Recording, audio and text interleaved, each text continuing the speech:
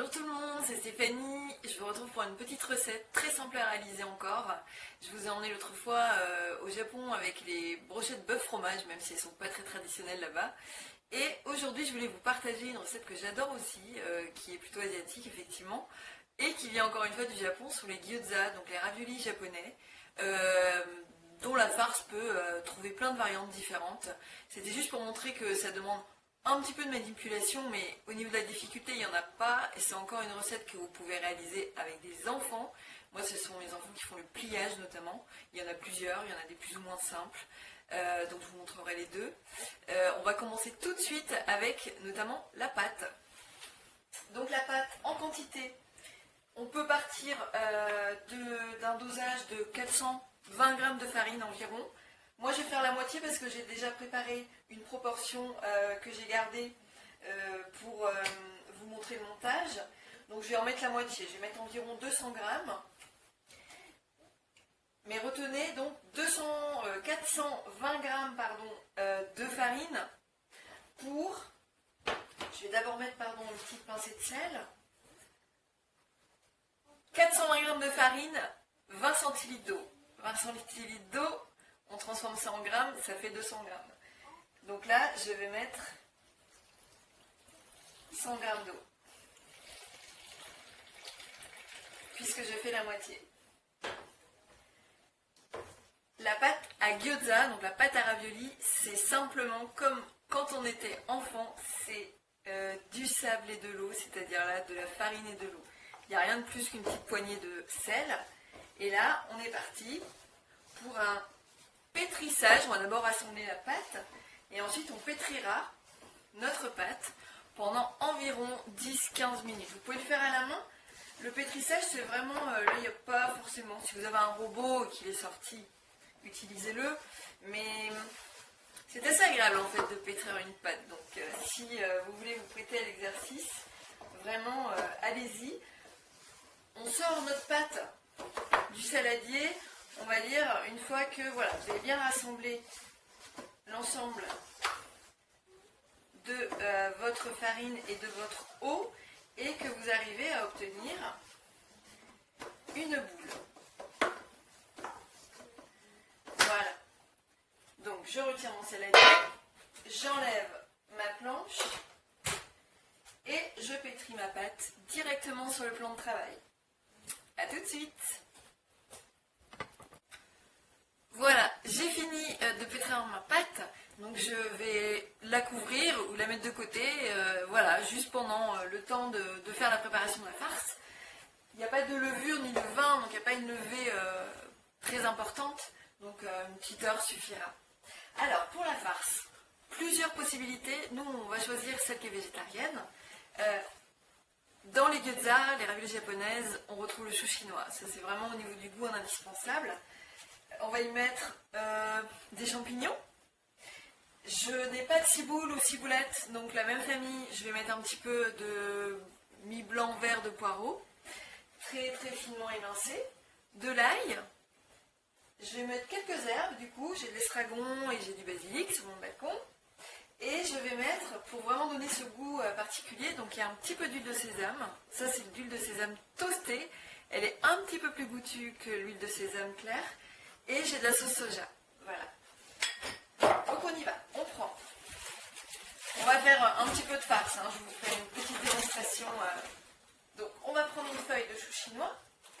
Je peux, technique, la couper en deux, mettre les deux côtés l'un sur l'autre, recouper en deux et ensuite je recommence dans la longueur pour essayer vraiment d'obtenir une largeur très très fine. Et ensuite, je vais émincer le plus finement possible, surtout la partie blanche, alors qu'on peut éventuellement retirer, mais moi je n'aime pas jeter ce qui est comestible.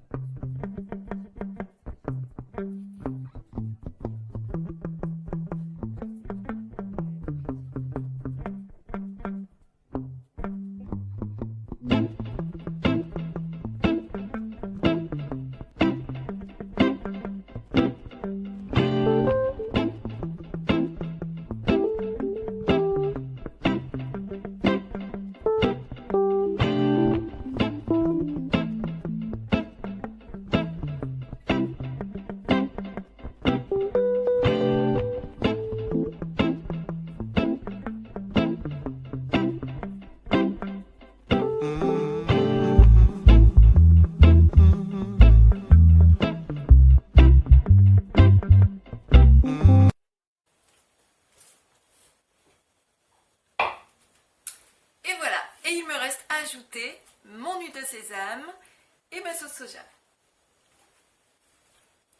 Donc là c'est vraiment comme on veut, donc là ça coule par petites gouttes, hein. Vous n'ayez pas l'impression que j'en mets beaucoup, j'en mets pas énormément.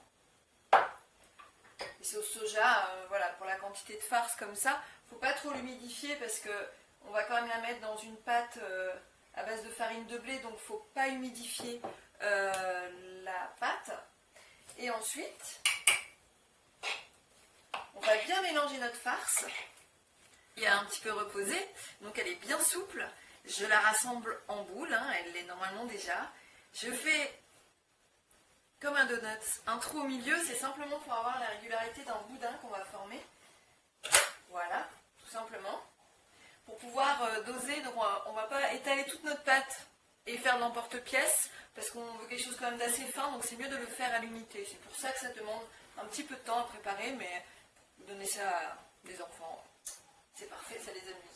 Et on va peser en fait, chaque morceau de pâte doit peser environ 10 grammes. Donc 10 grammes c'est vraiment, c'est un tout petit morceau, vous voyez, celui-là fait 13. Bon, si on est à 11-12, c'est pas très grave.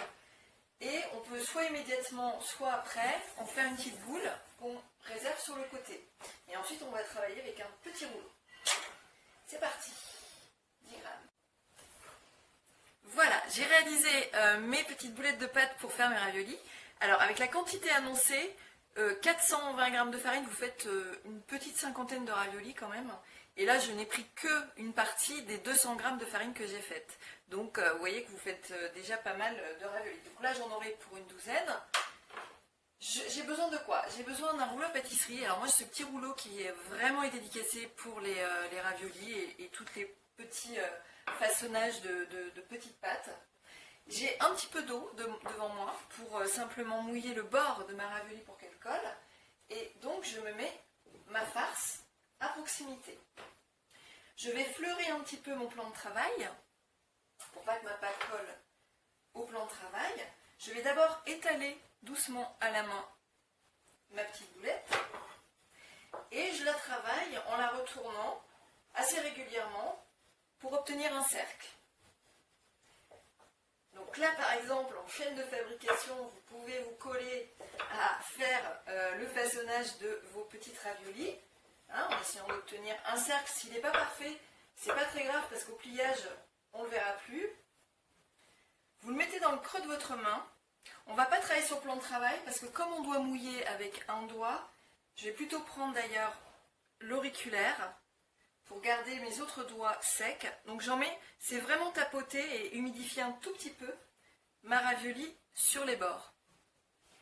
Je vais prendre plutôt petite cuillère pour éviter de charger la ravioli. On va essayer de mettre le plus au centre que possible la farce.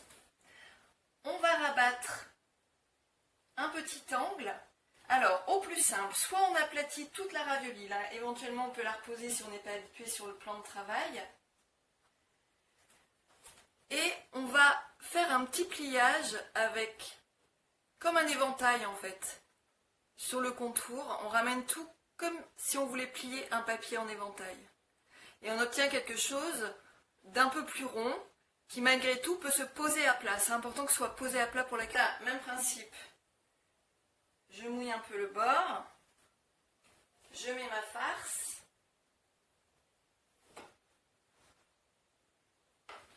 Et donc, le pliage traditionnel, vous fermez comme si vous vouliez un petit panier.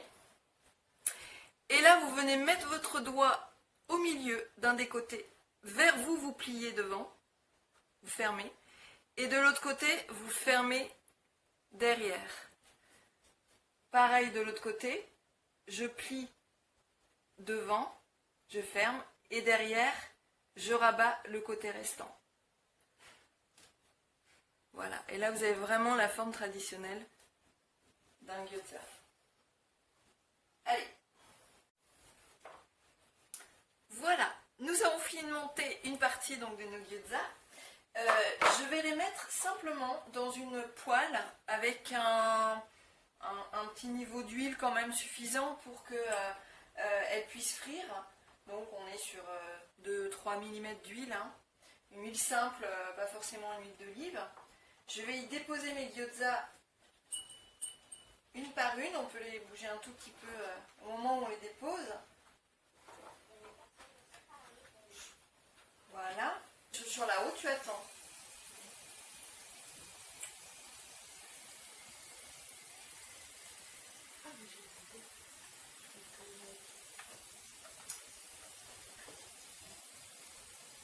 Elles sont bien grillées en dessous, je vais pouvoir rajouter l'eau.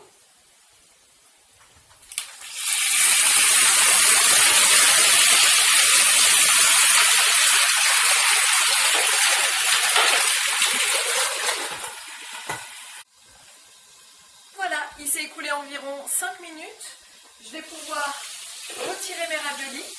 Alors, je n'ai pas forcément touché pendant la cuisson, donc si elles accrochent un petit peu, soit avec une spatule plate, soit, bon, moi j'ai souvent cette pince, j'aime beaucoup travailler avec la pince. Je vais retirer, il reste un petit peu d'eau, mais hop, on peut voir que les raviolis sont cuites sur le dessus et elles restent dorées sur le dessous, puisqu'elles ont pris cette coloration en début de cuisson. Je les répartis. Donc ça peut faire l'office, si vous n'avez pas envie d'en faire énormément, ça peut faire office d'une petite entrée très sympa, ou d'un complément de plat. Vous voyez, il y a la petite version bourse. Et alors, petite astuce de sauce, parce que la sauce à gyoza, normalement, a un goût un petit peu vinaigré, alors il y a plusieurs ingrédients dedans, mais tout simplement, ce que vous pouvez mettre, c'est 2 tiers de sauce soja et vous rajoutez, non, je dirais même 80% de sauce soja et les 20% restants, vous mettez un petit peu de vinaigre balsamique ou un petit peu de vinaigre de cidre pour donner ce petit goût vinaigré à votre sauce et vous répartissez sur le dessus ou vous trempez votre gyoza dedans. Voilà, je vous souhaite un bon appétit et à bientôt pour une nouvelle vidéo avec Stéphanie.